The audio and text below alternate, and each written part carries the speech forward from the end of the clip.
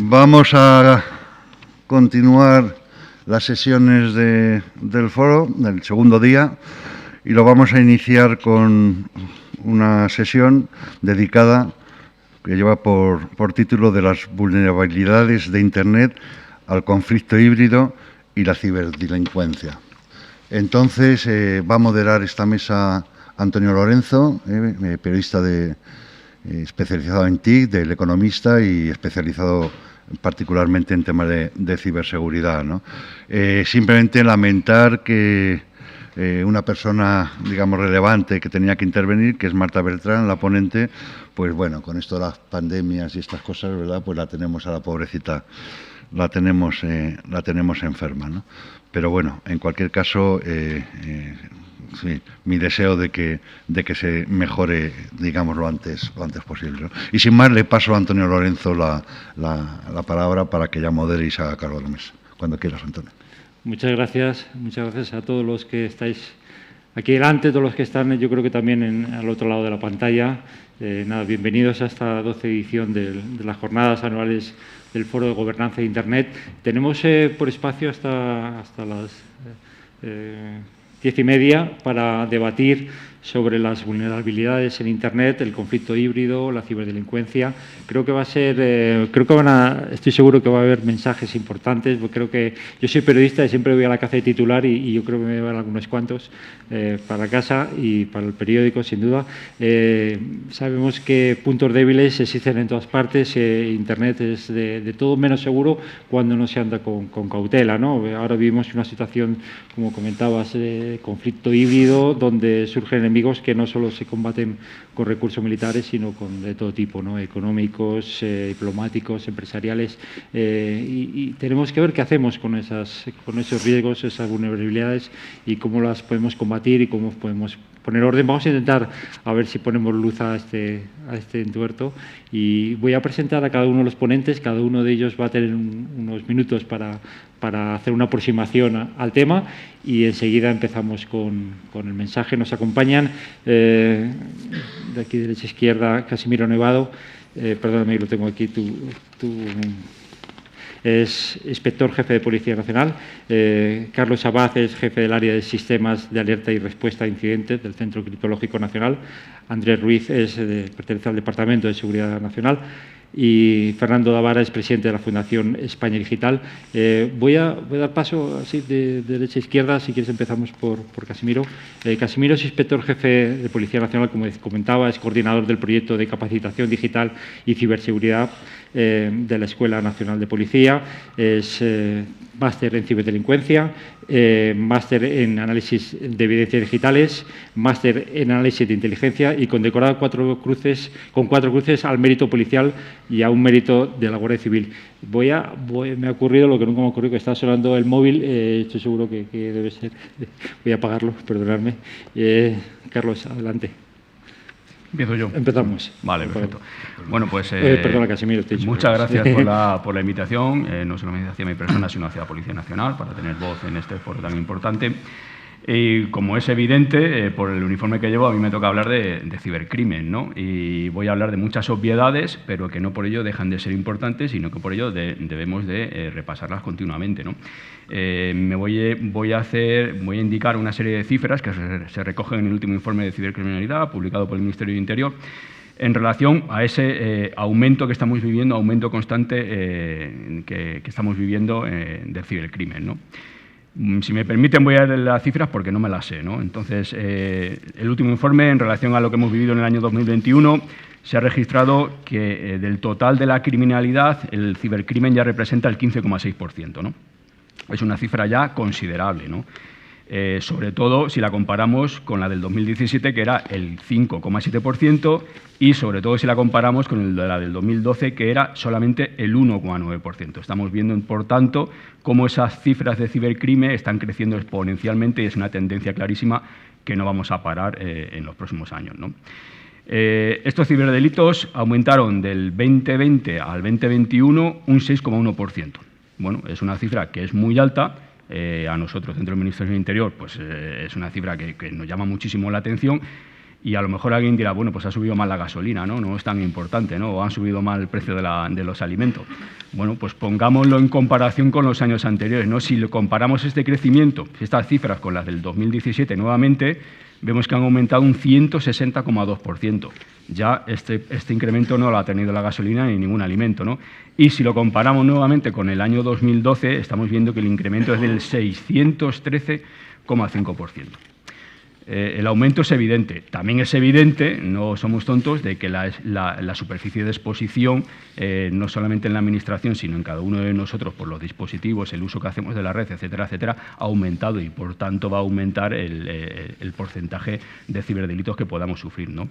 Todas estas cifras las tenemos que poner en relación con unas que llaman mucho la atención también, ¿no? Los hechos conocidos en el 2021, o sea, los hechos que se han denunciado realmente, que conoce tanto Policía Nacional como Guardia Civil como policías autonómicas y locales, son 305.000, redondeando, más o menos, ¿no? Esta cifra, detrás de esta cifra, estoy absolutamente seguro que hay una cifra negra oculta que es muy superior, y creo que todos los que componemos esta mesa estaremos de acuerdo, ¿no? Y si esta cifra de 305.000 hechos conocidos lo ponemos en comparación con los hechos que las fuerzas y cuerpos de seguridad hemos esclarecido, que son 46.000, o sea, aproximadamente el 15% de los hechos que se han denunciado, no que hayan sucedido, sino que se han denunciado, pues para mí personalmente creo que es una cifra escandalosa, ¿no? Que seamos capaces solamente de esclarecer el 15% de todos los ciberdelitos, pues nos llama mucho la atención y nos pone en esa vanguardia, ¿no? De que tenemos que hacer algo para frenar estas cifras y para mejorar también nuestros trabajos, ¿no? Evidentemente, si van subiendo exponencialmente los ciberdelitos, pues nosotros vamos a tener más dificultades a la hora de la investigación. Y no solo que vayan subiendo de una forma numérica, ¿no? Sino que también van subiendo en su calidad, ¿no? Cada vez vemos como estos ciberdelitos pues son más sofisticados, ¿no? Y eso también perjudica o dificulta la investigación que podamos tener las fuerzas y cuerpos de seguridad, ¿no? Tenemos que ver todas estas cifras como una industria, ¿no? Actualmente la industria del cibercrimen ha superado ya como delincuencia organizada al narcotráfico y a la trata de personas, ¿no? Al tráfico de seres humanos, ¿no? Y esto, superar el narcotráfico, es muy complicado, ¿no? Y nos pone en atención las cifras que se están moviendo en este ámbito, ¿no? Entonces, veamos a la industria al cibercrimen como una industria, veamos que buscan beneficios y, por tanto, si buscan esos beneficios, pues van a estar donde se esté moviendo el dinero, ¿no? Donde estaban las personas y donde haya relaciones y donde se esté moviendo ese dinero. Por ejemplo, han estado cuando las criptodivisas tenían un valor altísimo, cuando han aumentado el interés de las personas normales por tener billeteras en criptodivisas, etcétera, etcétera, pues los ciberdelincuentes han aumentado ese interés por estar ahí, ¿no? En el momento que han disminuido ese valor de estas criptodivisas, ha pasado a otro foco de interés, el de los ciberdelincuentes, ¿no? Y entonces esto nos dice realmente que ellos buscan el dinero, no buscan esos beneficios, ¿no? En esta industria del cibercrimen. Y si buscan esos beneficios, ¿cuál va a ser el ciberdelito más común dentro de todas estas estadísticas que he mencionado antes? Pues las estafas en Internet, los fraudes de Internet, ¿no? Porque ellos lo que buscan es el dinero. Estamos hablando de que los fraudes de Internet ocupan más del 85% de los ciberdelitos conocidos, de lo que se denuncia, ¿no? O sea, 85% es una cantidad bárbara, ¿no? Estamos hablando que casi todos los ciberdelitos están relacionados con fraudes, ¿no? ¿Por qué? Porque buscan esos beneficios, ¿no? Y además buscan unos beneficios, obtener esos beneficios a cambio de unos costes muy pequeños, ¿no? Porque ellos siempre, en vez de usar la fuerza o algo que les aumente esos costes, ¿no? Van a intentar usar el engaño, ¿no? Y este es uno de los problemas que nos encontramos, ¿no? Las técnicas de phishing, etcétera, etcétera, pues lo más habitual, lo que puede llegar a más ciudadanos y a lo que al final, pues con un pequeño porcentaje de gente que pique en este aspecto, ¿no? Pues vas a recaudar unos beneficios tremendos, ¿no? Y esto es lo importante, ¿no? Si hablamos de vulnerabilidad, yo personalmente creo, y así lo recogen los informes, ¿no? Que el ser humano, el componente humano, es la principal vulnerabilidad, ¿no? Cuando hablamos de gobernanza podemos hablar de salvaguardas técnicas, ¿no? Pero tenemos que ser conscientes de que ningún elemento técnico, ninguna medida técnica va a sustituir nunca al sentido común, ¿no? A la formación, capacitación que tengamos las personas, ¿no? Y esas salvaguardas conductuales que se recogen en las políticas de gobernanza de Internet, ¿no? Pues son fundamentales, ¿no? Porque al final el ser humano, como decía, es el principal vector de entrada, el principal vector de ataque y es al que más fácil pueden acceder los ciberdelincuentes, ¿no? Si no puedo acceder a una red porque tiene unas salvaguardas técnicas muy importantes, voy a intentar recurrir a engañar directamente a las personas que trabajen con ellas, y si no puedo engañar a las personas que trabajan en esa empresa, voy a intentar engañar a las que trabajan en la cadena de suministro de esa empresa, ¿no? Entonces siempre van a intentar lo más fácil, ¿no? Lo menos costoso, mucho menos costoso que la fuerza o la técnica, es el engaño, ¿no? Y esto es fundamental, ¿no? Por eso nosotros desde Policía Nacional, pues siendo conscientes de que la principal brecha es el ser humano, pues lo que intentamos es implementar planes de formación, de capacitación y de concienciación y de difusión de la cultura de seguridad, ¿no? Concretamente, yo soy el coordinador, como dijo el presentador, del proyecto de capacitación digital y ciberseguridad de Policía Nacional, CyberWall, tenemos distintos cursos, etcétera, etcétera, y la dificultad que tenemos es que nuestros clientes internos es absolutamente toda la sociedad. Entonces, llegar a formar a toda la sociedad es muy complicado, ¿no? Tenemos distintas iniciativas, como la que acabamos de lanzar esta semana mismo, que es la 3ª edición del curso online CyberWall Academy, a la cual están todos ustedes invitados, que ahora mismo estamos en fase de inscripción, en la que en las 2 ediciones anteriores pues hemos logrado formar a más de 100.000 personas, ¿no? Y creemos que es la vía adecuada, ¿no? Mejorar nuestras unidades de investigación, mejorar nuestras capacidades técnicas, mejorar esas salvaguardas técnicas, pero sobre todo mejorar esas salvaguardas conductuales y formar y capacitar a nuestros ciudadanos.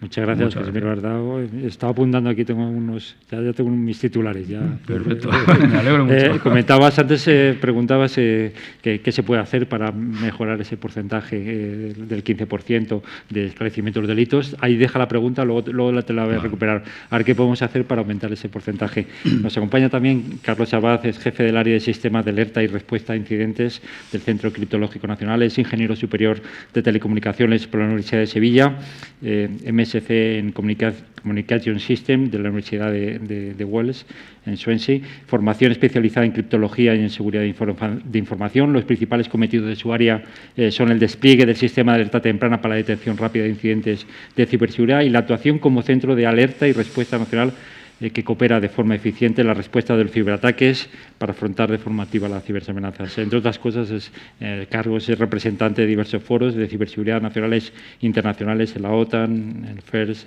Anteriormente fue coordinador de capacidad de respuesta ante incidentes del Centro Criptológico Nacional. Carlos, muchas gracias por acompañarnos. Estamos pendientes de lo que nos cuentes. Pues, muchas gracias a vosotros. Muchas gracias por la invitación al foro.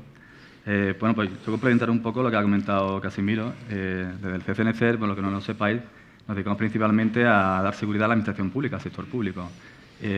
Nuestro foco principal era, históricamente en el pasado, estaba muy centrado por pertenecer al CNI a temas de ciberespionaje, pero al final el sector público ataca a todo el mundo, ¿no? Cibercrimen, activismo, etcétera, una serie de actores. Yo, por centrarme un poco en la exposición, digamos, en el tema de la mesa, yo creo que hay que hacer un pequeño matiz. Cuando hablamos de vulnerabilidad en Internet, sí que surge el debate que quizás saldrá aquí durante la mesa, es quién lo resuelve, cómo lo resuelve, quién se encarga, digamos, de ponerle cascabel al gato, de decir aquí un fallo de seguridad, tu empresa tal desarrolladora o tu empresa proveedora, tienes que solventarla.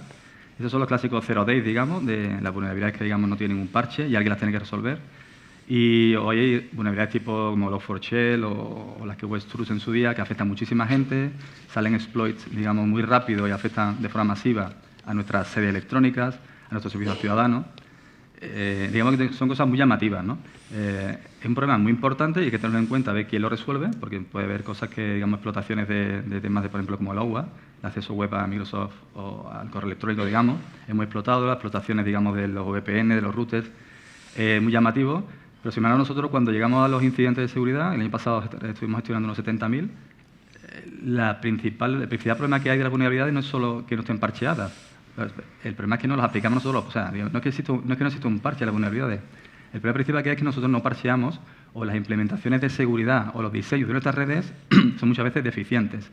Es decir, nosotros podemos acceder a la vulnerabilidad 0 day más importante, que no te cuesta 1 millón de euros en comprarla, y un atacante la puede explotar en muchos sitios, pero realmente la amplia mayoría de los ataques, como en temas, por ejemplo, en conflictos híbridos, como se comenta, o en temas de ciberdelincuencia, la explotación de la vulnerabilidad suele ser al final una credencial que le han robado a un administrador y entra como usuario legítimo dentro de la red y explota la red haciendo movimientos laterales.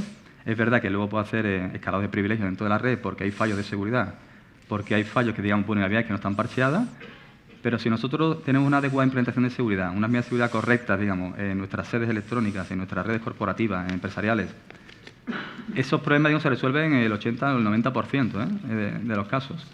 ¿Qué problema también tenemos, como decía Casimiro?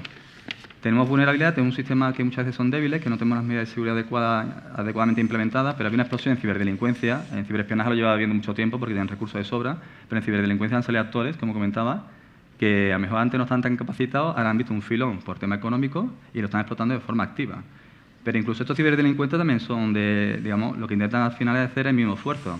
Nadie se va a gastar un dineral en comprar una vulnerabilidad o investigar lo que sea súper crítico en un sistema, cuando puede comprar simplemente una creencia por internet en la darkweb por $10, $12, $15, entrar en un VPN, en un Citrix, y a partir de ahí acceder a toda la red. Y encima lo utiliza, ¿qué hacen? ¿Te gasta mucho dinero también desarrollar un malware muy complejo, digamos, para atacar una red que no sabe si va a sacar rédito? Pues no, lo que utilizo son las herramientas propias del sistema. Si yo entro como administrador dentro de una red y veo que dentro tengo mi PSX, tengo el WMI, tengo herramientas, digamos, de SMB, de movimiento lateral dentro de la red, propia de la red, las utilizo y yo como defensor lo tengo muy, muy complicado detectarlo, porque cómo detectas un ataque de alguien que usa credenciales legítimas, usa herramientas del sistema, las herramientas LOLBAS que se llaman, te coloniza la red y a última hora, un viernes por la tarde de un sábado, te lanza un ransomware. Eso cómo lo controlas, ¿vale? Entonces, bueno, simplemente una pequeña introducción. La vulnerabilidad de Internet hay que controlarla, tenemos que saber quién las controla, quién las resuelve, pero casi más importante, desde mi punto de vista, la implementación de seguridad que hacemos de las redes y de una adecuada política de parcheo, como las vulnerabilidades que se denominan las NDAs. Está las 0Days que no tienen parche, pero ¿qué pasa con las NDAs? Tengo el parche y tardo en parchear 15 días. Pues de una ventana de exposición tremendas a los atacantes que están esperando a que falle para entrar en los sistemas. ¿Vale? Bueno, después paro un poco aquí. Sí, muchas gracias, Carlos. La verdad que es interesante ahí. Vamos a abordar ahora estos temas que ha sugerido. Fernando Davara es presidente de la Fundación España Digital, es general de Brigada de Artillería, retirado, diplomado de Estado Mayor físico en la especialidad de automática e informática y doctor cum laude en ingeniería informática. En la actualidad es presidente de la Fundación España Digital, secretario del Consejo Asesor del Clúster de Ciberseguridad de Madrid, miembro del Consejo Asesor de IGFS y es profesor y asesor de diversos másteres y cursos de posgrados, entre ellos el máster universitario de ciberdelincuencia de la Fundación Policía Española y de la Universidad Antonio Nebrija. Fernando, es un placer tenerte con nosotros. Muchas gracias. Yo, como soy colaborador habitual, pues no voy a agradecer al foro lo que de por sí me ofrece, aunque siempre es un placer poder compartir. Bueno, yo he visto que cuando vi quiénes estábamos en la mesa, pues pensé cómo me voy a meter yo en temas de ciberdelincuencia. Antes de ayer hablaba en el máster de la Policía Nacional de esto, pero digo, no sé, parece un poco pretencioso. Entonces decidí orientarlo más a entornos corporativos, porque ahora mismo creo que es un problema muy grande de las empresas que sigan pensando que la tecnología, los problemas de ciber son problemas de los tecnológicos, problemas del informático de siempre, al que le echaron siempre la culpa. Entonces, pensando en el título, decía, realmente yo tengo que ir a una corporación, una pyme, una gran empresa y explicarles vulnerabilidades y explicarles conflicto híbrido. Dije, bueno, pues lo voy a diseccionar un poco. Primero, conflicto híbrido. Desde que empezó la invasión de Ucrania por Rusia, empezamos a hablar de guerras híbridas. ¿Y qué significaba esto? Pues una agresión armada, lógicamente, utilizar la fuerza, pero con muchos otros componentes, muchísimos otros componentes económicos, diplomáticos, fuerzas irregulares, insurgentes. Pero al final los conflictos son tan fuertes, tan peligrosos como la guerra, pero realmente no siempre habrá guerras, pero siempre habrá conflictos. Y en este caso, dice, ¿cómo explico el conflicto híbrido? Pues lo mismo que la guerra, pero simplemente que yo te intimido, pero no te agredo. Es una diferencia así tan sensible. Teniendo en cuenta que en este mundo en que nos movemos de Internet, dentro de esta guerra híbrida hay dos componentes importantísimos que a lo mejor se les da menos importancia porque pensamos en carros de combate, porque pensamos en aviones, en drones que llevan explosivos y no nos damos cuenta de que existen dos componentes para mí fundamentales. Uno, los ciberataques. Y lo otro, la desinformación y la propaganda. Eso que está continuamente de moda, las fake news y demás, no nos damos cuenta que es un componente fundamental en una guerra. en un conflicto híbrido. Esto es difícil explicárselo a las empresas porque al final no son conscientes, sobre todo a las pymes, que es un objetivo, lo que llamaríamos en artillería, rentable, el que merece la pena atacar con pocos medios, puedes conseguir grandes resultados. A partir del segundo término, vulnerabilidad, pues también es difícil de explicar porque muchas veces en las empresas no son conscientes de hasta qué punto son vulnerables e incluso cuando tienen que divulgar su vulnerabilidad. Yo como físico pues procuro buscar las ecuaciones o las fórmulas y al final digo el riesgo, que es la probabilidad que yo sufra un daño, riesgo cibernético, pues lo pongo un poco en función de 3 factores: vulnerabilidad, amenaza e impacto.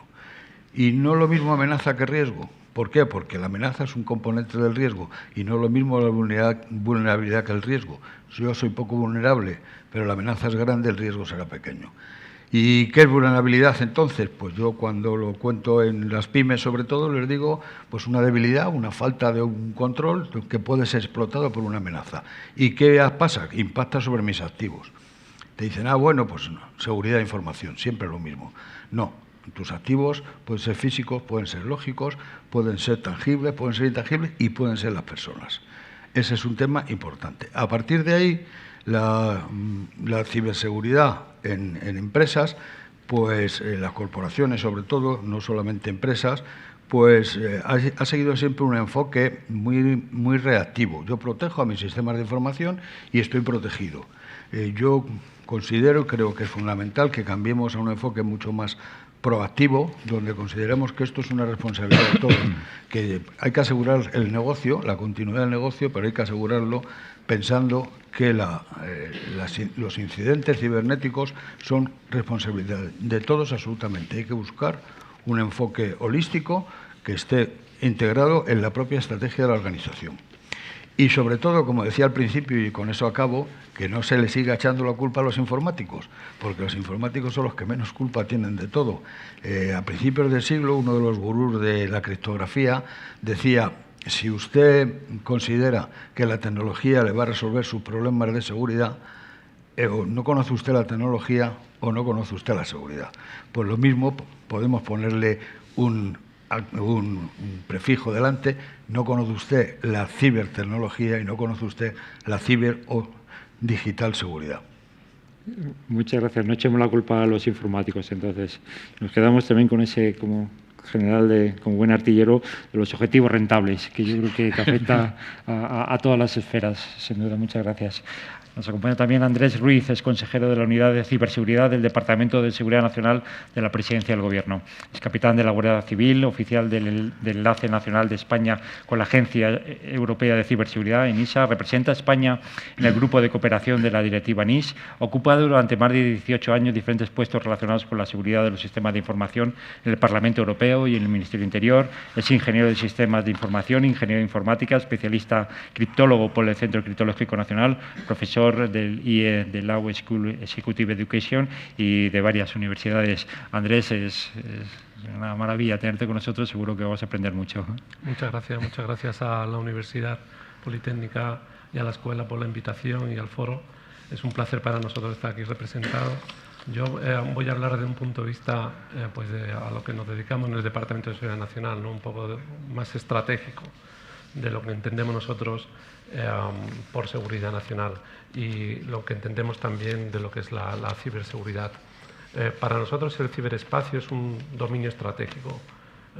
Como decía el general, en el ciberespacio pues, se desenvuelven estas amenazas que no son solamente técnicas, sino que intentan aprovechar nuestras vulnerabilidades para materializarse.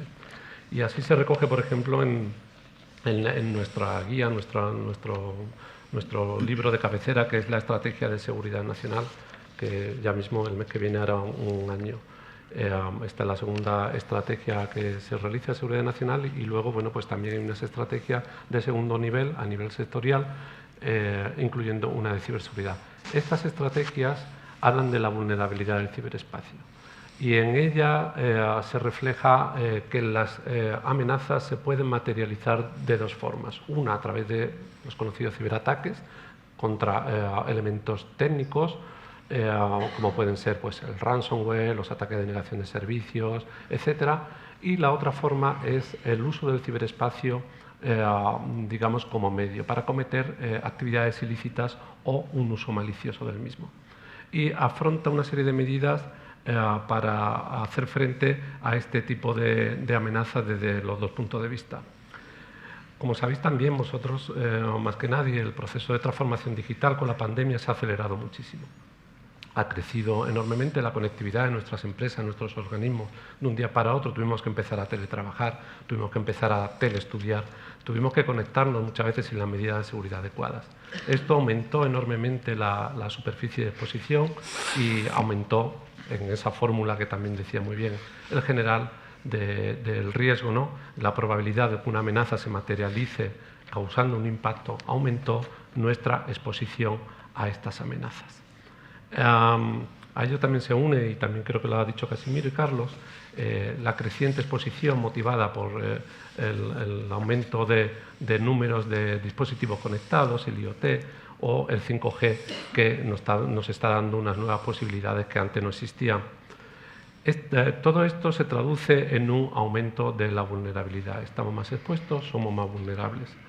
Aquí me gustaría hacer un paréntesis relacionado un poco con la función que yo hago de oficial de enlace con la Agencia Europea de Ciberseguridad y también en representación de España en la negociación de las directivas a nivel europeo, en concreto de la directiva NIS, que va a incluir, la nueva directiva NIS que va a salir publicada este mes de diciembre, va a incluir dos aspectos fundamentales que también se han nombrado. Uno, la seguridad en la cadena de suministro.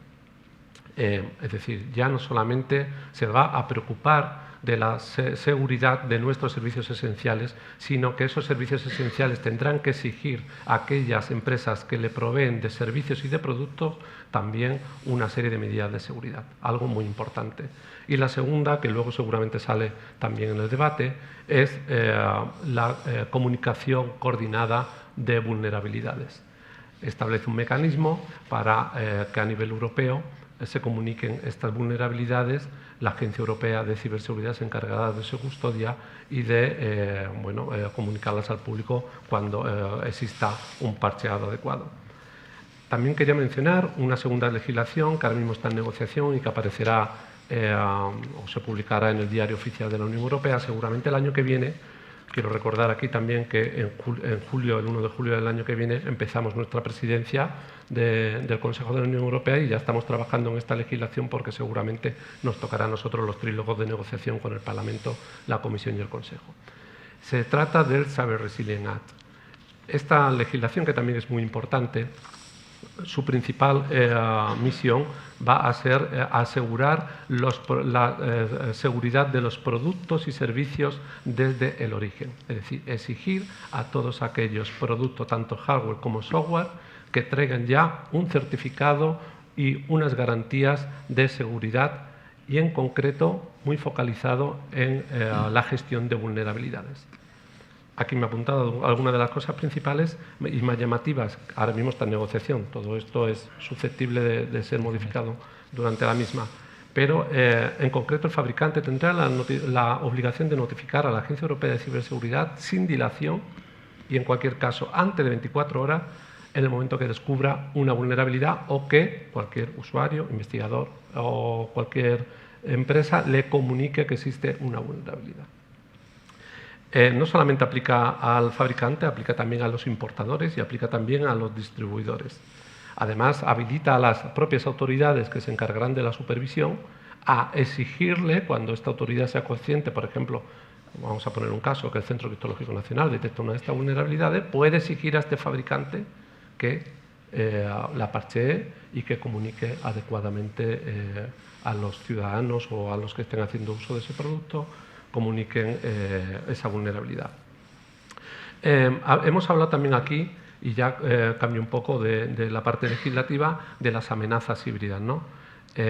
Las amenazas híbridas que efectivamente yo no solamente las centraría, como ha dicho el general, en lo que son los conflictos híbridos, porque las amenazas híbridas se basan en estrategias híbridas.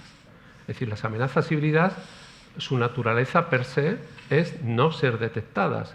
El último escalón ya es cuando se produce un conflicto y estas amenazas son, digamos, un elemento más de ese conflicto. Pero la amenaza ha estado trabajando durante meses, durante años. ¿Quién sabe si en nuestra vecindad sur no tenemos una estrategia híbrida contra nuestro país en ámbito migratorio, en ámbito de desinformación, en ámbito de ciberataques, en ámbito económico, en ámbito energético y un largo, etcétera, etcétera. Esto lo hemos visto claramente con la guerra de Ucrania.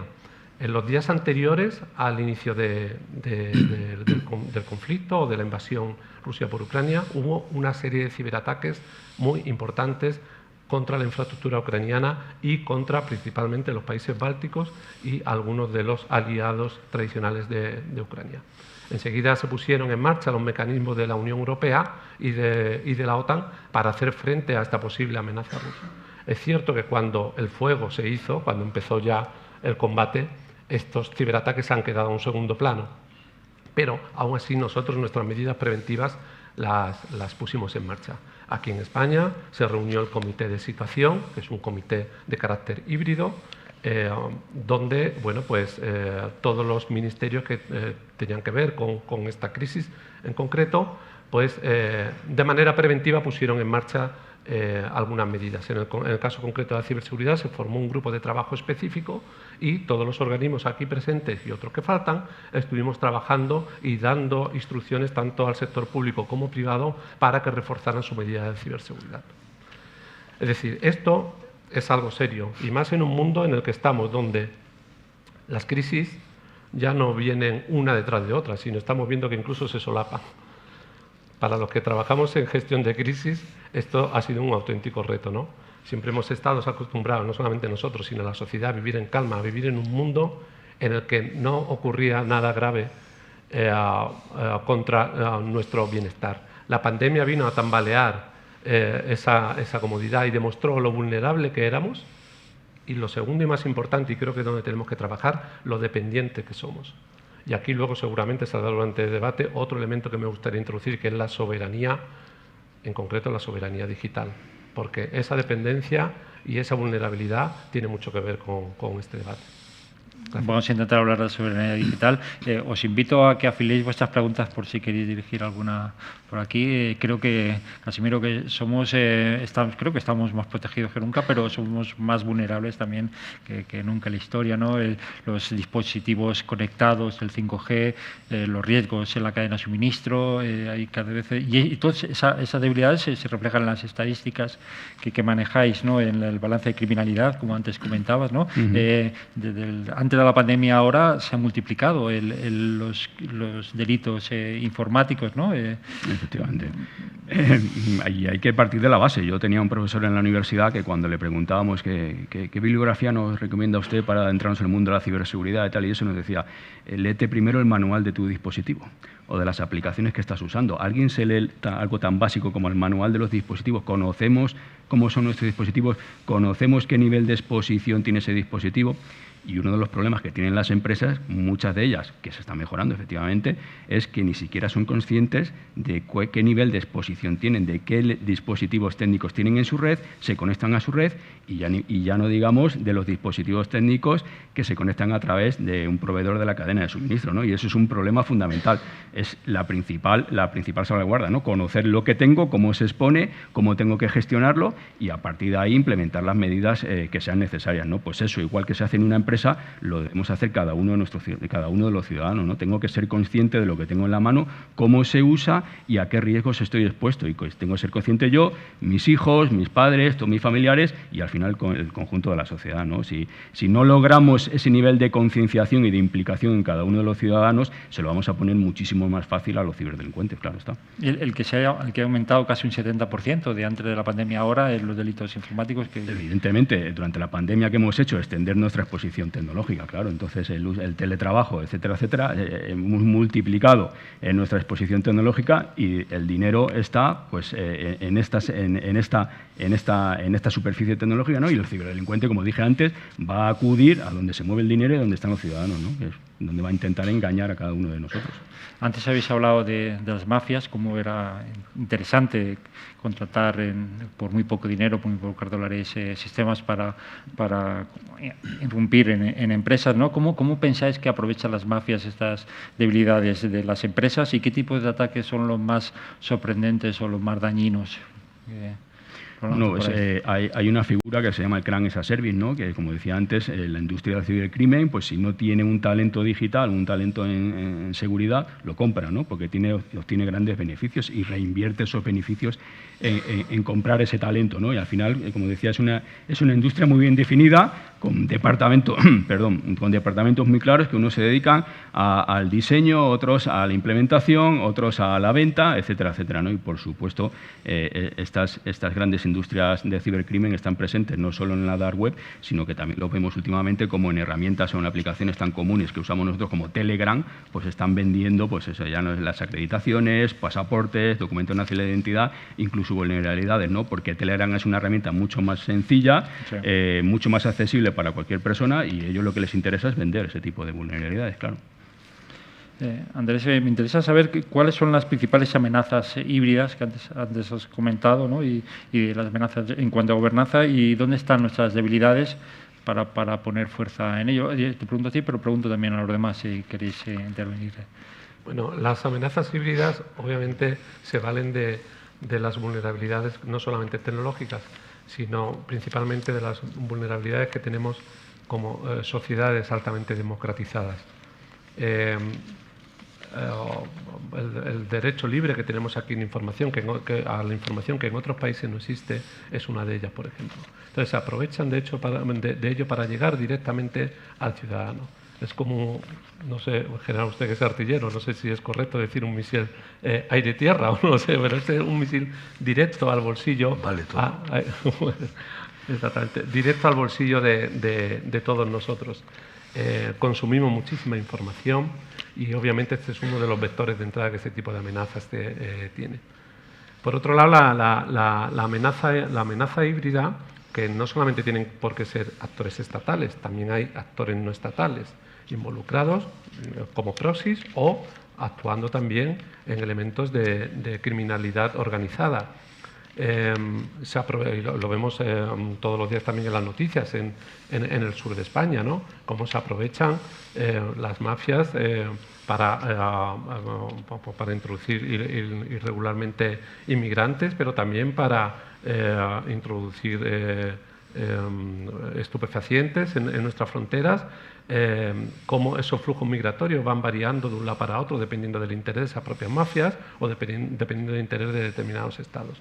Cómo juegan con los intereses energéticos y nuestra dependencia energética, que ahora estamos también viendo y estamos sufriendo todos, cómo juegan a nivel diplomático, en lo que se conoce, el nivel diplomático, en lo que se conoce pues, con una acción a lo mejor más clásica de espionaje, o incluso a nivel legal, como pasó en el caso de Crimea, como fueron minando previamente con determinadas legislaciones que favorecían que la ciudadanía de ese territorio ucraniano obtuviera la nacionalidad rusa, o con los referéndum que se han planteado recientemente. Es decir, la amenaza híbrida no actúa en un único ámbito, actúa en multitud de ámbitos, utilizando multitud de herramientas, pero con un objetivo y una misión final, la situación final deseada que dicen los diplomados de Estado Mayor, ¿no? Que es conseguir pues, aquello para lo que su misión ha sido establecida. Hablábamos antes de carros de combate. Yo no sé cuánto cuesta un Leopard, pero puede estar alrededor de los 10 millones de euros. ¿Cuánto costó, según dicen, desestabilizar la mayor democracia del mundo, que es Estados Unidos, y cambiar un resultado electoral en las elecciones de 2016? Así es. Ciberataques y desinformación, robo de información al Partido Democrático y publicación de estos mails para influenciar y llegar directamente a lo que decía antes, el misil aire-tierra, o como se diga tecnológicamente, a nuestros bolsillos. Y el ciudadano, que al día siguiente tenía que ir a votar, con todas las encuestas en contra, votó, en teoría, lo que esa amenaza híbrida deseaba. Sí. Es un claro ejemplo de estudio de cómo estas amenazas se desenvuelven. Sí, nuestro general sabe mucho de esto, Fernando. Sí, uniendo un poco las dos preguntas, esta y la otra, un poco como ejemplo, Porque siempre pensamos que las amenazas cibernéticas, si hablamos a nivel en la calle, pues acabamos hablando de virus, de botnets, de exploits y demás. Pero si nos fijamos bien, el mundo de estas amenazas cibernéticas híbridas es mucho más amplio.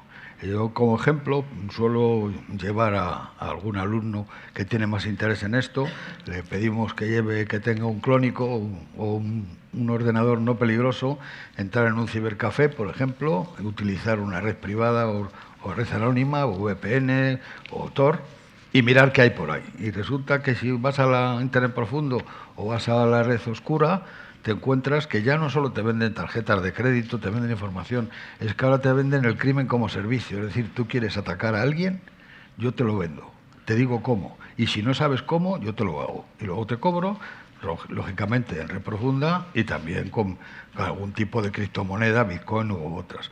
Eso muestra hasta qué punto las amenazas híbridas cibernéticas han experimentado un cambio importantísimo. ¿Por qué? Porque, como siempre, el malo ha sabido aprovecharse de la lentitud en regular del bueno. Los malos tienen más recursos que los buenos, entiendo. La Administración está suficientemente preparada en recursos para combatir esto que nos viene por encima. Yo lo lanzo aquí inocentemente y aquí... Yo si quieres intervengo yo. Adelante. Bueno, yo creo que hay que verlo de varios puntos de vista. Por ejemplo, desde el punto de vista normativo de política de seguridad, tenemos el Esquema Nacional de Seguridad desde el año 2010, que ha ido evolucionando en diferentes versiones, y este año ha salido la nueva versión. Y engloba no solamente la protección, digamos, de los activos más esenciales, digamos, de la Administración, sino, como comentaba también Andrés, nos hemos ido un poco más para allá. Nos vemos también cualquier proveedor que dé servicio de Administración Pública tiene que cumplir el Esquema Nacional de Seguridad.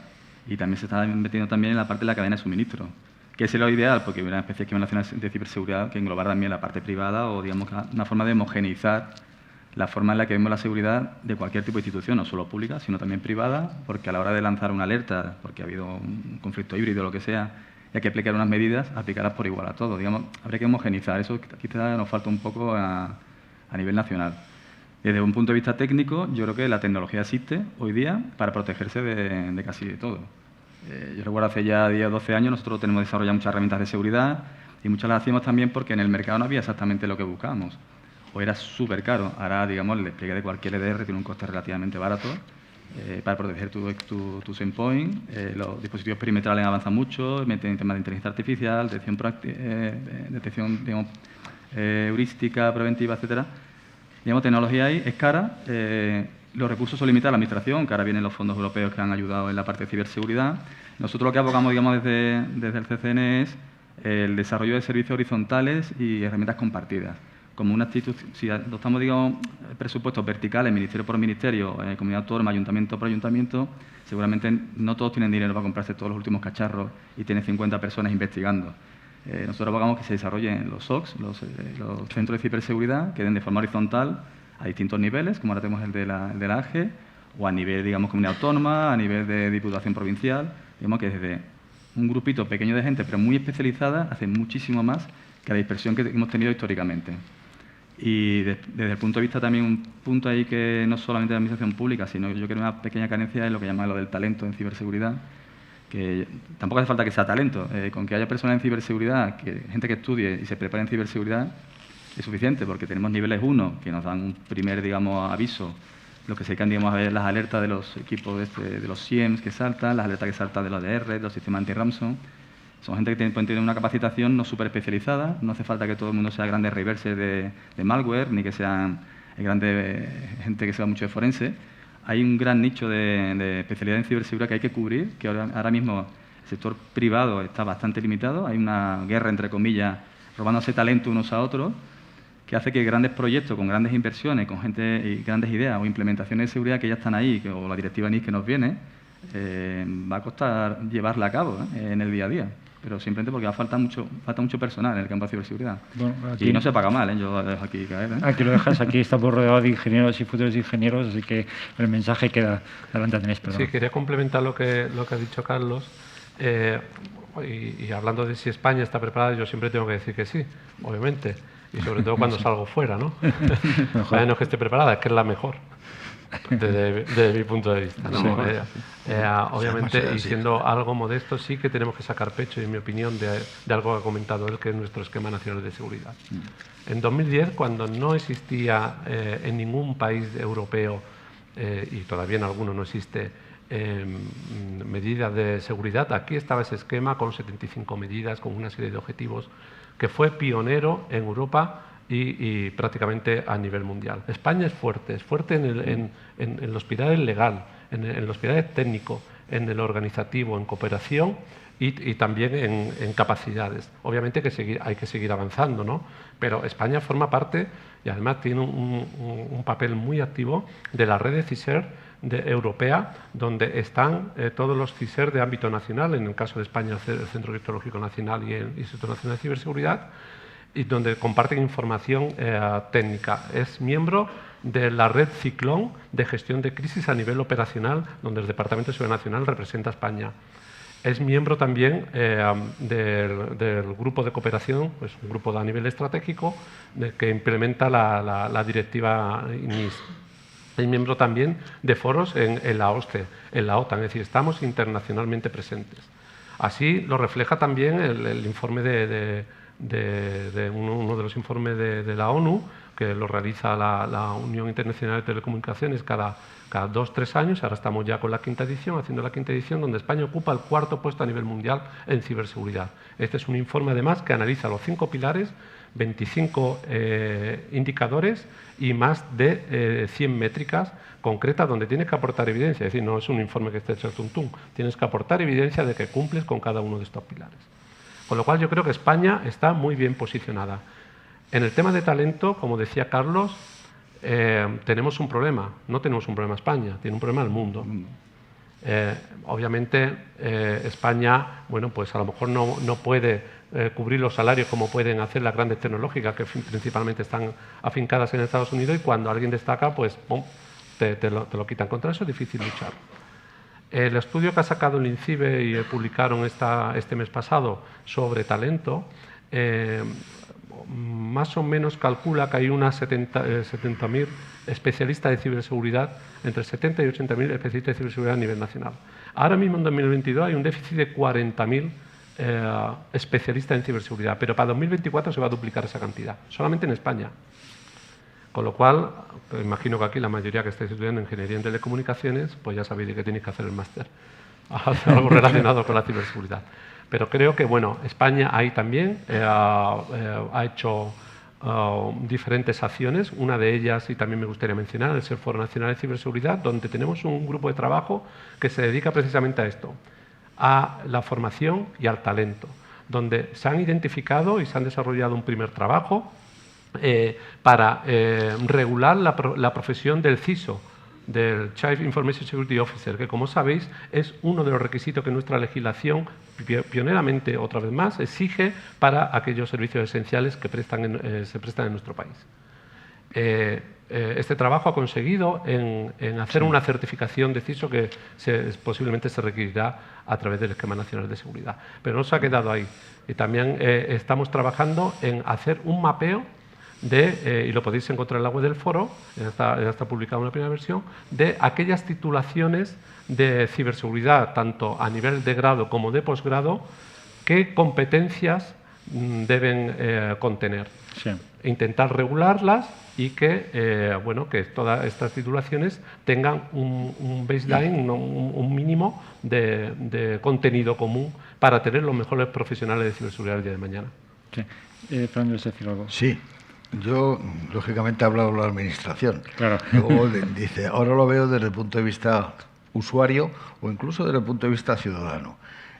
Para mí hay 2 ejemplos claros. Uno, ya está citado, el Esquema Nacional de Seguridad, con una labor impresionante, hay que reconocerlo, del CCN, pero impresionante, de divulgación incluso, y con todos sus defectos y con todos sus problemas de adaptación, al ciudadano le garantiza un poco su relación con la Administración segura.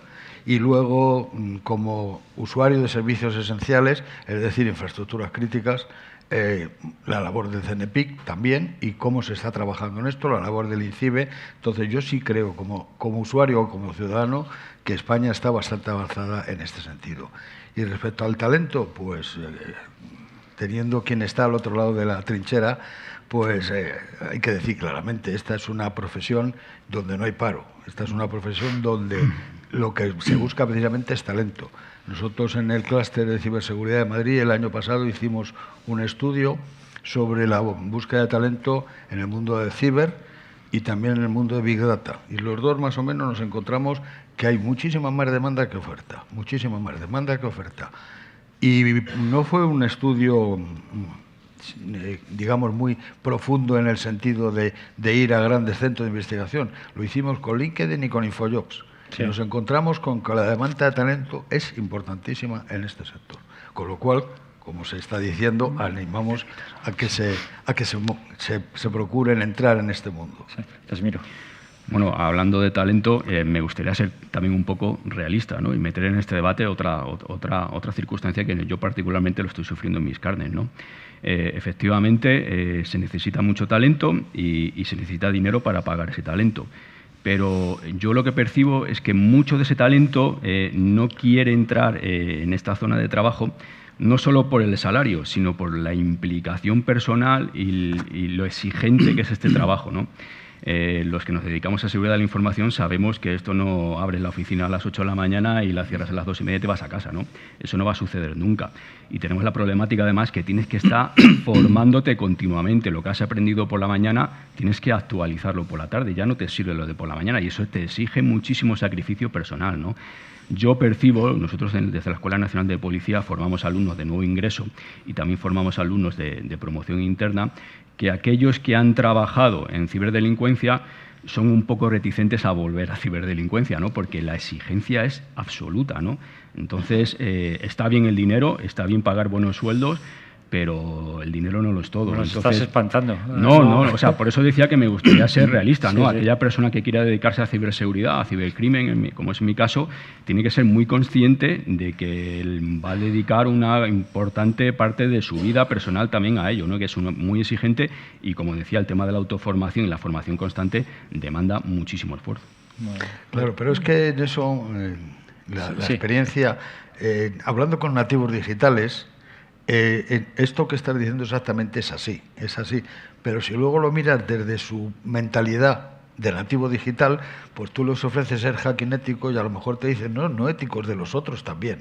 Yo el otro día en una universidad aquí en Madrid me preguntaba, ¿vosotros entendéis que en Rusia haya hackers patrióticos que están trabajando para los servicios secretos? Y la respuesta de una alumna fue exactamente, no, yo lo que quiero es ser el hacker no patriótico, hacker no ético, de sombrero negro. Así, es muy divertido. Sí. Y además da dinero. Andrés, ¿qué ibas a decir? Sí, no, quería añadir lo que ha dicho Casimiro, que precisamente esa es una de las conclusiones a las que llega el estudio del Instituto Nacional de Ciberseguridad sobre talento. O una de las recomendaciones más que las conclusiones. Una de las recomendaciones es flexibilizar el trabajo de este tipo de profesionales, que no significa hacer a lo mejor menos horas, sino que puedan teletrabajar, los horarios lo puedan hacer un poco pues como este tipo de personal les gusta, ¿no? Que a lo mejor es a lo mejor más informal, ¿no? Algo no tan estructurado como estamos acostumbrados nosotros a sentarnos a las 8 de la mañana hasta las 8 de la tarde en el despacho, ¿no? Sí. Eso por un lado. Por otro lado, es importante también que en la identificación de talento, es decir, aquí hay que trabajar en las diferentes esferas. Por un lado, en identificar ese talento. Empezando no en el ámbito universitario, sino empezando mucho antes. Ahí también hay que hacer esfuerzo y ahí también tenemos que trabajar. Empezando en la enseñanza secundaria y si puede ser también en la enseñanza básica, dando asignaturas relacionadas con las TIC y relacionadas con la ciberseguridad para despertar ese talento temprano. Ayer, por ejemplo, fue la Cyber League, una iniciativa de Guardia Civil en la Academia de Oficiales de Aranjuez y estuvieron alumnos de cuarto de la ESO allí presentes, pues precisamente con ese objetivo. Por un lado, esa identificación. Se puede ser identificación y remover ese talento a nivel temprano. Por otro lado, la gestión del talento. Y luego, como último paso, la retención del talento, donde estarían este tipo de medidas. Sí. Hay que trabajar en todos los frentes y no es fácil. Es uno de los retos que tenemos mayores. Sí, hace falta, entiendo que te ser muy vocacional, porque mañana por la tarde, cuando todos nos vamos de fin de semana, los malos acechan, especialmente los viernes y los sábados. Y solamente me queda por añadir que no se tratan solamente de perfiles técnicos, que es algo también que estamos acostumbrados erróneamente a... En ciberseguridad trabaja muchísima gente, ámbito legal, ámbito económico, asesores, nosotros tenemos asesores diplomáticos, sí. etcétera, etcétera. Es decir, esto cubre un ámbito y una necesidad tremenda, no solamente de perfiles técnicos, de gente que esté resolviendo incidentes, sino de todo lo que es la ciberseguridad, que como he dicho antes, hay que mirarlo, ya ha dicho bien el general, de una manera holística. Sí. Antes el general comentabas el hacking ético. En España creo que es delito, ¿no? No sé si eso es así, ¿no? Pero no sé de qué forma se puede... El hacking ético no. El hacking no ético sí. El black hat, digamos. El denunciar una vulnerabilidad... Ahí tenemos y tener una retribución a cambio. Yo creo que tenemos camino por recorrer. Como comentaba el general, todos quieren ser black hat, todos quieren ser... Porque atacar es mucho más divertido que defender. Defenderte hay que defenderte de todo el mundo, tapar huecos por todos lados, gritar por todos sitios. Y el atacante, en cuanto encuentra un agujero y entra, ya se corona, ya es balón de oro. Y es mucho más divertido, evidentemente, que ser un defensor. Pero que en España tú no puedes estar atacando a las redes alegremente para después llegar a un organismo y decirle, oye, te he encontrado tal agujero y mira, ponme en el Hall of Fame o dame una recompensa o un bug bounty, ¿no? Eso tiene que ser algo acordado. Sí. Se hacen auditorías, se hacen pentesting, pero siempre acordado con el organismo de turno, con la empresa de turno, o lo que hace la directiva de NIS ahora, que es que haya una gestión coordinada de vulnerabilidades. Eso es, claro. Entonces, si queremos fomentar realmente que haya esas iniciativas descubriendo por el tema de la mesa de las vulnerabilidades, el investigador tiene que tener acompañado un soporte legal, que a lo mejor en España, digamos, carece un poco. Hay un informe de NISA que habla sobre el tema de la gestión de las vulnerabilidades, cómo se coordina a nivel europeo. Ahora mismo es un poquillo guirigay. Hay países que lo tienen, la gestión coordinada, España lo tiene parcialmente, pero no está homogenizado a nivel europeo. Los americanos, por ejemplo, CISA, el organismo, digamos, de ciberseguridad, uno de los que tiene Estados Unidos principales, lo tiene más bastante estructurado, cómo tienes que notificar una vulnerabilidad, lo que tiene que hacer el investigador, cómo tiene que reportarla, el tiempo que para resolverla, dan unos 45 días al fabricante. Y en España nosotros nos han llegado muchas vulnerabilidades que dicen, oye, he descubierto esto en tal sitio, ¿lo reporto directamente? Digo, pásamela a mí y ya hablo yo con el organismo, porque depende de dónde estés tocando, igual te pasa. Claro. Porque una cosa es hacer un scanning básico y ver vulnerabilidades, y otra vez, hay muchas vulnerabilidades, para saber si exactamente existe esa vulnerabilidad, tienes que rascar un poquito, tienes que entrar un poquito más dentro. Y ese paso ya, que es autenticarte o lanzar una pequeña prueba de concepto, ya sí puede ser delito. Y ahí hay que hacer una normalización, digamos, legislativa en el ámbito europeo. Sí. Para proteger al que va a ser un white hack y no va de black hat, digamos. ¿En qué plazo? ¿Qué plazo sería? Antes comentabas que la directiva NIS está que en 24 horas el fabricante lo señale, lo alerte, ¿no? En otros serán mucho más. O sea, ¿cuál es el plazo que sería razonable para que haya un equilibrio y que nos sintamos seguros? Cuanto antes mejor, cuanto haya más garantías. Aquí, bueno, en referencia a tu pregunta anterior. Sí. Hay que hacer una puntualización. El Código Penal nuestro recoge multitud de delitos relacionados con la seguridad informática. Es uno de los más completos a nivel europeo. Y entre ellos, delitos de daños informáticos.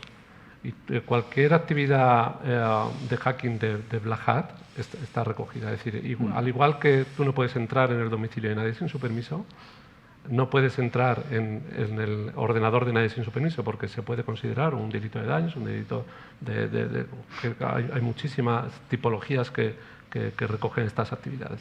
Con lo cual, cuidado con eso y efectivamente siempre de la mano de un organismo y hay que normalizar esto y hay que regularlo, en ello estamos. Es decir, la directiva NIS establece esa coordinación, esa comunicación coordinada de vulnerabilidades, que será a nivel europeo, porque efectivamente ahora hay 27 comunicaciones diferentes. Veremos cómo eso luego se materializa, porque luego tendremos que hacer un acto de implementación de esa directiva donde desgranemos y definamos todos estos aspectos, cómo se va a hacer esa comunicación, la exención de responsabilidad legal, es decir, lleva diferentes matices importantes detrás. Lo que yo he hecho referencia antes de las 24 horas es diferente, es el Cyber Resilience Act, no es la directiva NIS, el Cyber Resilience Act, que es para productos, hardware o software que tienen que venir ya con una seguridad chequeada, un análisis de riesgos hecho, y donde esa vulnerabilidad, si se le es comunicada al fabricante, el fabricante tiene obligación de comunicarla a los usuarios de esos productos en un tiempo determinado, y a la Agencia Europea de Ciberseguridad en 24 horas como máximo. La Agencia Europea de Ciberseguridad será la que se encargue de la,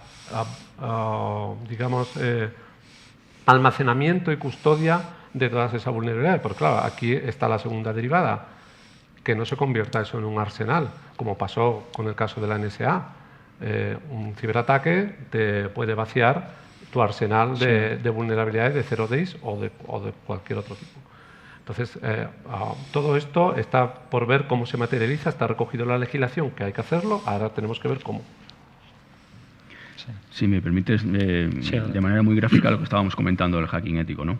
No es lo mismo encontrarte un cerrajero que has contratado tú manipulando tu cerradura que encontrarte un cerrajero que tú no lo has contratado, ¿no? Evidentemente, luego no te puede decir, no, es que estaba probando tu cerradura por si encontraba una vulnerabilidad, etcétera, etcétera, ¿no?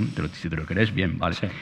Y nosotros tenemos bastantes, o conocemos casos en el tema de pornografía infantil, ¿no? La tenencia de pornografía infantil, ya saben ustedes que es punible, que está penada, y es muy delicado que alguien te reporte esa pornografía infantil porque la simple tenencia, como decía, ya es punible, ¿no? Entonces, ¿qué problema tenemos ahí? ¿Cómo solucionamos eso, ¿no?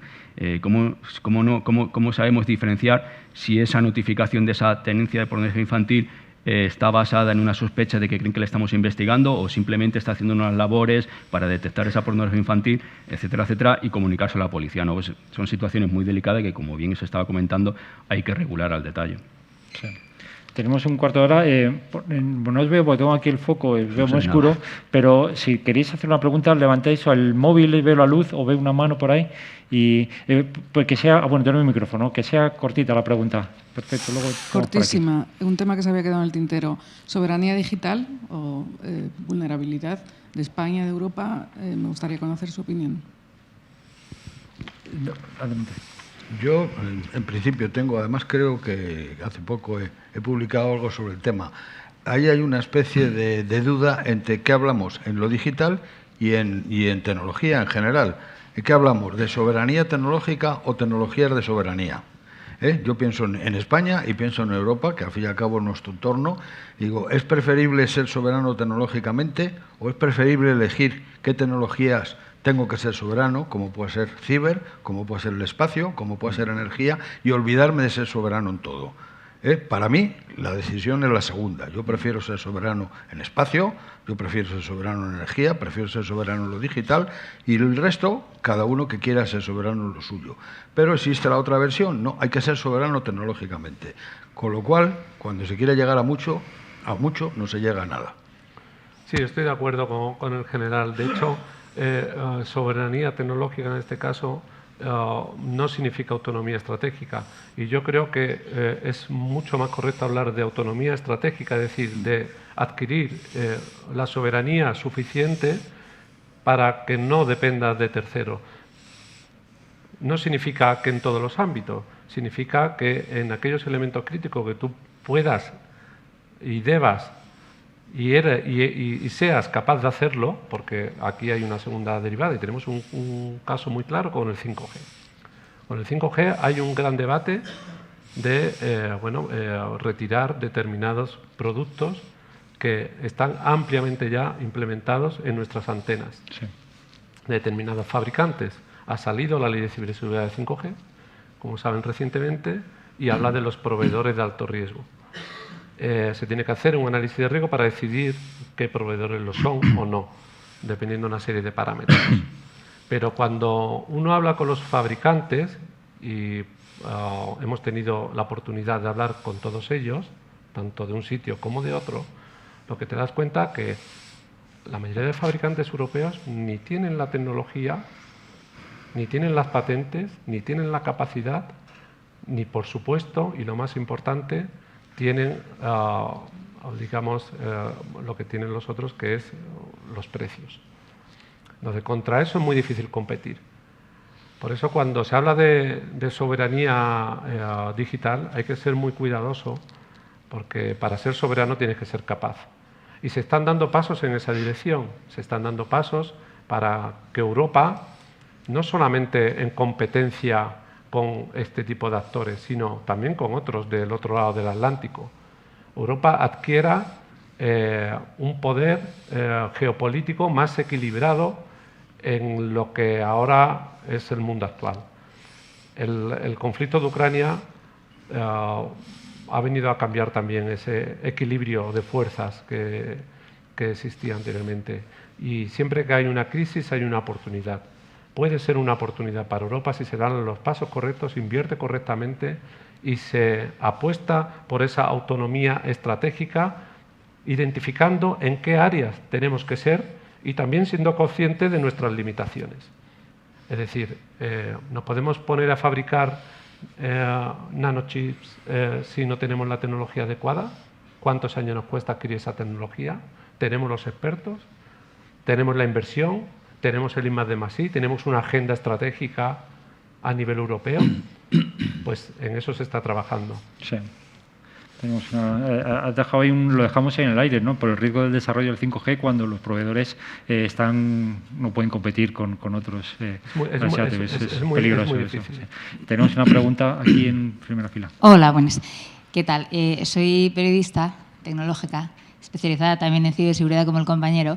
Hace unos años entrevisté al director anterior del CNPIC que me comentaba que en general estamos muy verdes, tanto en Europa como en España, en ciberprotección de tecnologías operacionales. Entonces, mi pregunta es qué se está haciendo al respecto para mejorar esta ciberprotección de infraestructuras críticas que conllevan este doble nivel de seguridad, ¿no? La combinación entre lo físico y lo ciber. Y luego, por otra parte, yo me estoy formando a nivel técnico en ciberseguridad porque estoy muy convencida de la necesidad de contar con más perfiles en este sentido. Y me gustaría saber, dentro de lo que se demanda en el mercado, ¿qué es lo que más se demanda? Porque antes, bueno, hablabais de perfiles técnicos y de perfiles no técnicos. Me parece que incluso para dirigir uno tiene que saber también aspectos técnicos, ¿no? Entonces, bueno, ahí dejo caer las dos preguntas. Si me permites contestar Adelante. La primera. Sí, claro. Efectivamente, hay una interrelación muy fuerte entre el mundo físico y el mundo lógico, y cuando hablamos de servicios esenciales se acentúa. A nivel europeo, lo que se está haciendo ahora mismo, las dos directivas nuevas van de la mano. Una es la directiva NIS, que va focalizada a los servicios esenciales y que además en esta nueva directiva va a suponer la ampliación del ámbito de aplicación prácticamente aquí en España 100 veces más. Prácticamente. Estamos hablando que nosotros tenemos aproximadamente 200 operadores críticos identificados y vamos a pasar a prácticamente 20.000. O sea, el ámbito va a crecer enormemente porque vienen multitud de nuevos sectores, subsectores, etc. Y por otro lado, se van de la mano y también se va a publicar a la misma vez prácticamente la nueva directiva sobre infraestructuras críticas. Ambas directivas tienen interconexión, como no puede ser de otra manera. Interconexión para que los elementos OT o elementos de estos servicios esenciales queden cubiertos por la ciberseguridad que garantiza la nueva directiva NIS. La nueva directiva NIS, además, incluye algo novedoso, que identifica a dos tipos de entidades. Entidades esenciales, por un lado, que podríamos identificarlo con los operadores críticos que tradicionalmente conocemos, y entidades importantes, por otro, que digamos que son de segundo nivel. También se baja el listón para que entren más empresas. Antes solamente entraban los operadores críticos, como decía. A partir de ahora se tienen en cuenta ya empresas a partir de tamaño medio. Yeah. Con lo cual el ámbito también va a crecer bastante. Es decir, se está trabajando legalmente en ello. Obviamente la parte OT o tradicionalmente ha ido siempre por detrás de la parte IT porque eran elementos que tradicionalmente no estaban conectados al ciberespacio, y a medida que ha ido aumentando esa necesidad y ha ido aumentando la interconexión, pues la ciberseguridad se hace más necesaria. Se está avanzando a nivel legal, yo es lo que puedo decir. Respecto a la formación, yo que estoy completamente implicado en ella, a todos los niveles, técnicos y no técnicos, tecnológicos y no tecnológicos. Ahora mismo, como ha dicho Andrés, en el mundo ciber ya no hace falta solamente ser ingeniero en telecomunicación, ingeniero informático o formación profesional experta, porque la demanda es en todos los sectores. La ciberseguridad, como dije al principio, debe ser algo holístico, debe estar integrado de lleno en la estrategia de la organización. Por ejemplo, vamos a un gran centro comercial en Madrid, gran centro, y le preguntamos ¿cómo tienes enfocada la seguridad? Te dirán, tengo un director de seguridad, que además no solamente es titulado universitario y posgrado en no sé cuántas cosas, pero además tengo un plan director de seguridad. ¿Y tienes un plan director de ciberseguridad? Bueno, no, eso lo lleva el CISO, eso lo lleva el... Y al final acaba siempre bajando, como dije al principio, al culpable, que es el informático, cuando realmente tienes que tener un plan director de ciberseguridad y tienes que tener un director de seguridad que sea físico, lógico y de personas, de las tres cosas, no solamente de lo físico. Añadir solamente ahí que España una vez más fue pionera en la transposición de la NIS 1 e incluyó en el Real Decreto 12/2018 la figura del CISO.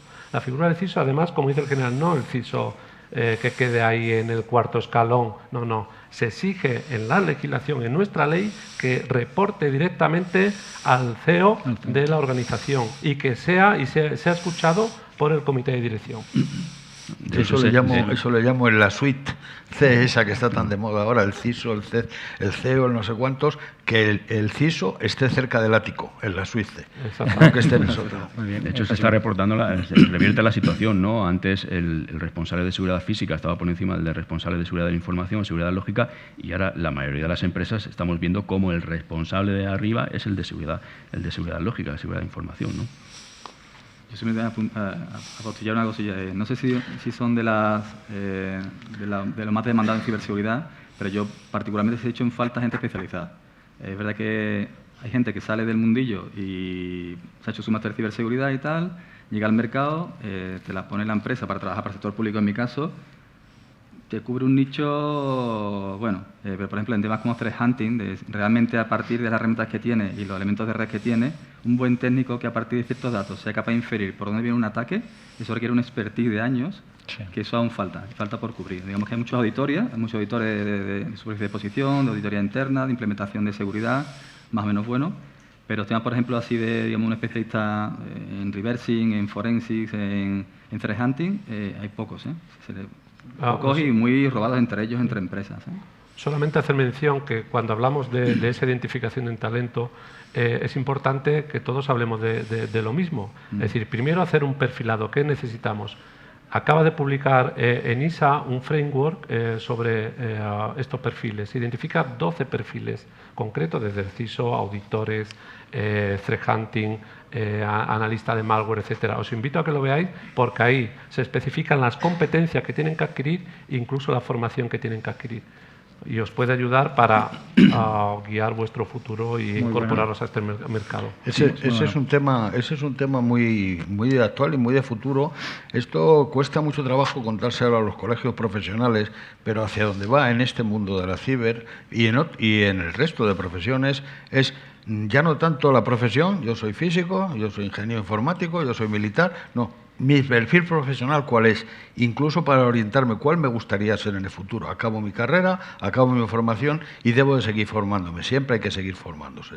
Entonces, en vez de decir, yo ahora lo que quiero es seguir siendo físico, no, yo lo que quiero es tener un perfil profesional como físico, como militar o como ingeniero.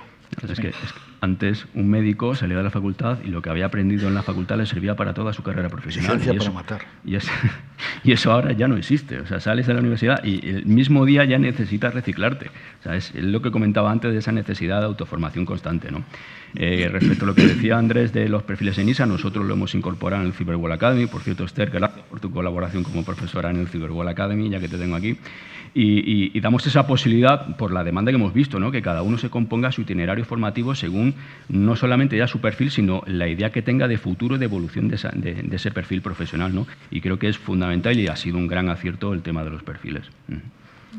estamos intentando de Europa regular un poco las vulnerabilidades, cómo se notifican, pero en Internet está abierto y está China, está Estados Unidos, son versos sueltos. ¿Cómo podemos convencer a nuestros vecinos grandes que deben imitar Europa? A lo mejor es un poco ingenua la pregunta, pero que tenemos alguna margen. Yo te voy a contar mi experiencia profesional y personal. Antes de la guerra tuve la ocasión de asistir con el embajador en misión especial de ciberseguridad a una reunión de la OSCE. La OSCE, bueno, pues era un foro que yo no le veía, porque allí se habla del buen intencionismo de los estados, ¿no?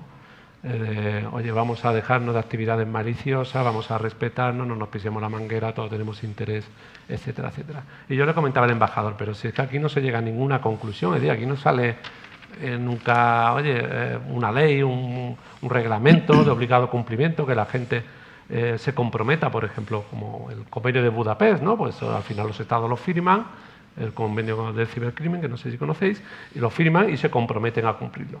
Pues allí raramente se llega a un acuerdo. Y me decía él, este es el único foro foro regional donde está sentado Rusia y Estados Unidos. Y la importancia del foro viene dada precisamente por eso. Y estoy hablando antes de la guerra, obviamente, después de la guerra habrá un antes y un después en la OSCE, ¿no? Pero cuando en ese foro se comparten buenas prácticas y se intenta llevar a aquellos que permiten actividades maliciosas e ilícitas, aquellos estados que permiten actividades maliciosas e ilícitas, y miran para otro lado y se intenta llevarlos al lado bueno, pues es la única manera que se tenía entonces de intentar doblegarlos. Los intereses son contrapuestos. Hay países que quieren un Internet controlado. Hay países como nosotros que apostamos por un Internet abierto, plural, seguro.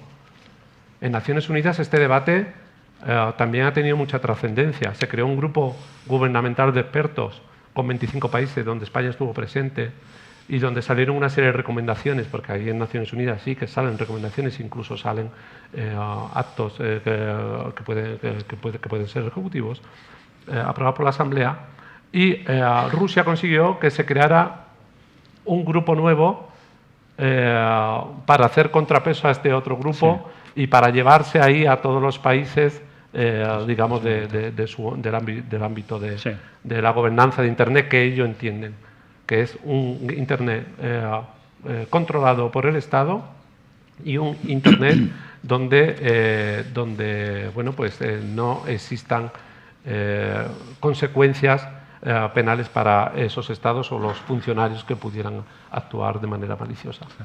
O sea, que es algo muy complicado, pero se está trabajando en muchos foros.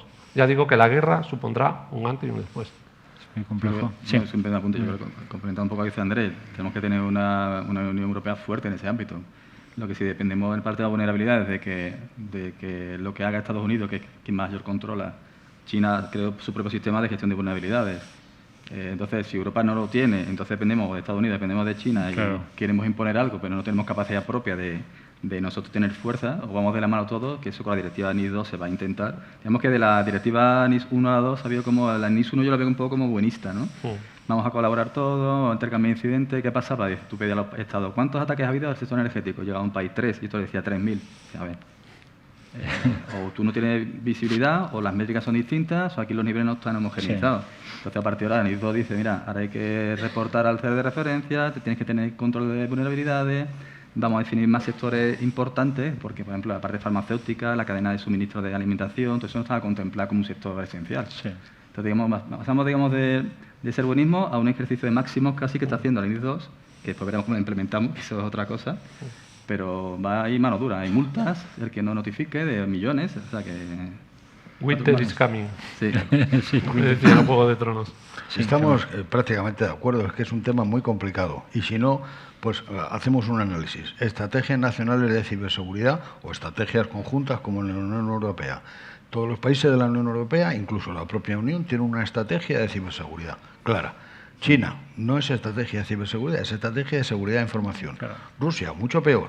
en su estrategia de seguridad nacional, habla de que la información, que Internet es un peligro, es un discurso Putin 100%, es un peligro para la soberanía nacional. Ellos tienen su estrategia, pero es la estrategia de confrontación, pura de confrontación utilizando la información.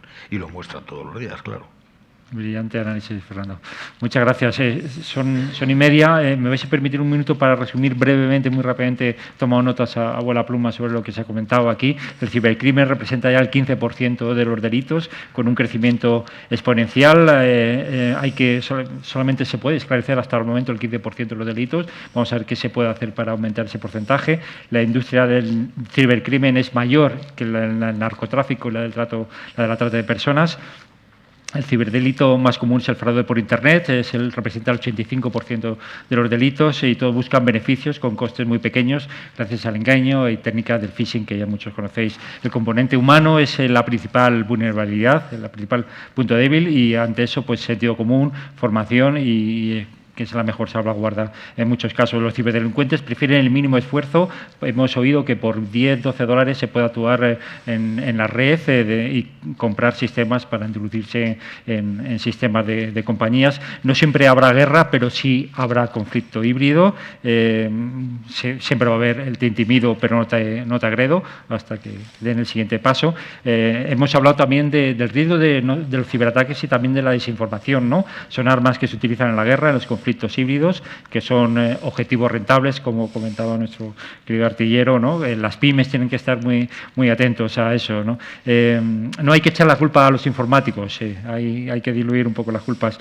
Tenemos un mayor número de dispositivos conectados después de la pandemia, tenemos el 5G, estamos cada vez más expuestos, hay que tener cuidado con la seguridad de la cadena de suministro, tenemos que actuar de forma coordinada en las vulnerabilidades, tenemos que trabajar en la seguridad de los productos desde su origen, para eso tienen mucha tarea los fabricantes. Debemos leer el manual de dispositivos, sin duda. La seguridad debe extenderse no solamente al sector público, sino también al privado y extenderlo al posible a las pymes. Podemos sacar pecho en España, ¿no? En el 2010 ya había suficientes pilares legales, técnicos, organizativos, de cooperación y de capacidades, ¿no? En materia de ciberseguridad. Estamos en el 4º puesto mundial en ciberseguridad y es medido con un montón de métricas, más de un centenar de métricas. Hay entre 70.000 y 80.000 especialistas en ciberseguridad y existe un déficit en estas tareas de 40.000, pero que esta cifra se va a multiplicar en los próximos años, se va a duplicar. En esta profesión está claro que no hay paro y yo diría que no solamente hay paro, sino que sean de los mejores pagados del mercado, ¿no? Hay mucho talento, pero no todos quieren entrar en este trabajo porque hemos visto que es muy vocacional, requiere una gran dedicación y ya sabéis que los viernes por la noche atacan los malos. Había que intentar que esto se extendiera, esta formación en la formación secundaria, incluso en la básica, como se aprende circulación vial, ¿no? Sin duda hemos hablado y me he quedado con ganas de hablar mucho más, pero gracias a las preguntas, sobre la soberanía, que no es sinónimo de autonomía estratégica. Puede ser una oportunidad esto que estamos viviendo en estos momentos para Europa si se apuesta por la autonomía estratégica, eso sí, conscientes de nuestras limitaciones y bueno, creo que hay muchas más cosas. Menos mal que esto está grabado y luego podemos pararlo. Muchísimas gracias a todos vosotros por participar, a los que están viéndonos por Internet y a todos nuestros ponentes, que ha sido la verdad un gustazo, hoy cargado de titulares. Muchas gracias. Muchas gracias.